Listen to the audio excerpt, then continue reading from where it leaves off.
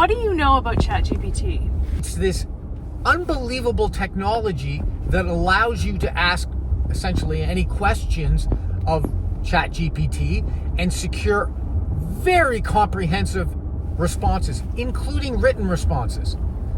So what's really notable in the employment context is, number one, as employers, do you know whether your employees are accessing it? So if you've asked an employee to prepare a report, do you know whether your employees are actually relying on it? Nelson's is a UK-based law firm. According to them, they say 68% of employees are already in the UK utilizing it. That's remarkable.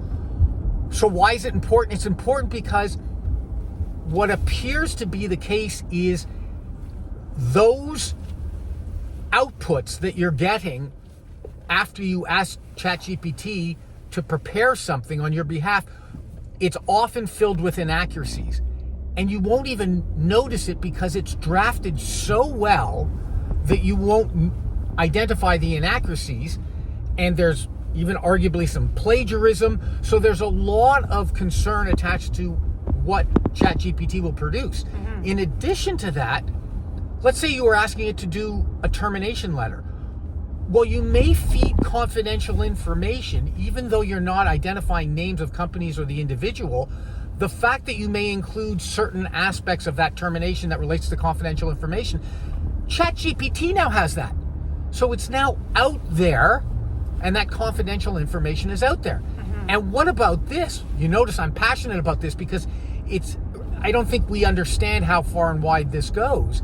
But if I can fabricate images, which is, you absolutely can do it through ChatGPT. You can fabricate images, distort images. Well, if I have a conflict with a coworker, do you know how easy it would be to, in effect, set up that coworker through images or statements that I simply generated through ChatGPT?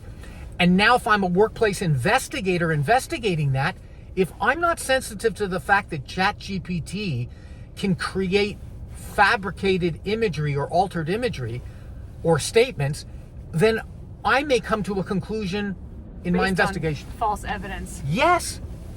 So I think we all have to pay attention and decide how we're going to approach it.